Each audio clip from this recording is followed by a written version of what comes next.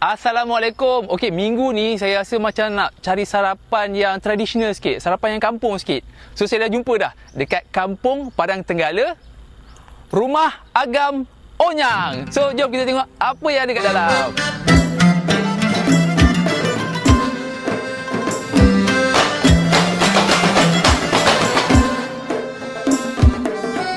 Sebaik saja anda melangkah masuk ke Rumah Agam Onyang, anda pasti terpegun dengan dekorasi dalaman yang unik.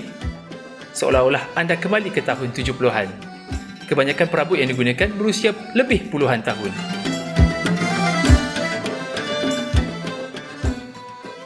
Nama Kak Zabida binti Ghazali. Okey. Kak sebagai pembantu lah kat sini. Apa biasa menu yang diorang order?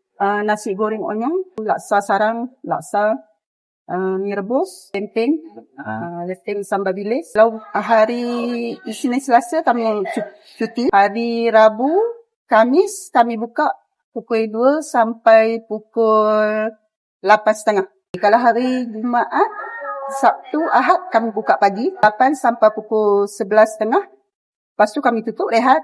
Pukul 2.30 kami buka balik sampai pukul 8.30. Oh, maksudnya untuk sarapan pagi hanya buka pada hari Jumaat, Sabtu, Ahad. Oh. Ya. Nasi goreng onyang.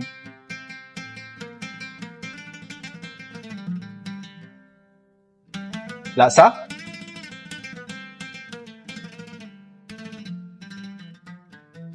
Nasi lemak daun pisang.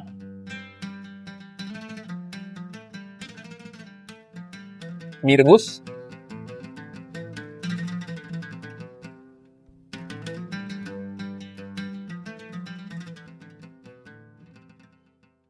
Lempeng kelapa sambal, lempeng kelapa susu.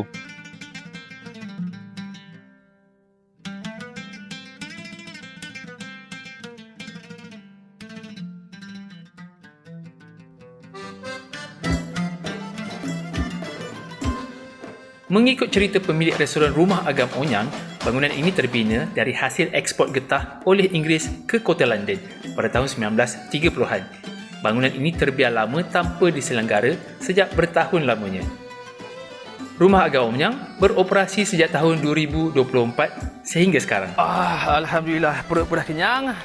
So kepada korang yang duduk berhampiran sini, yang tak pernah sampai ke sini lagi, korang boleh ke Kampung Padang Tenggala, Ingat, Rumah Agam Onyang. So sampai berjumpa lagi di lokasi yang berbeza. Bye.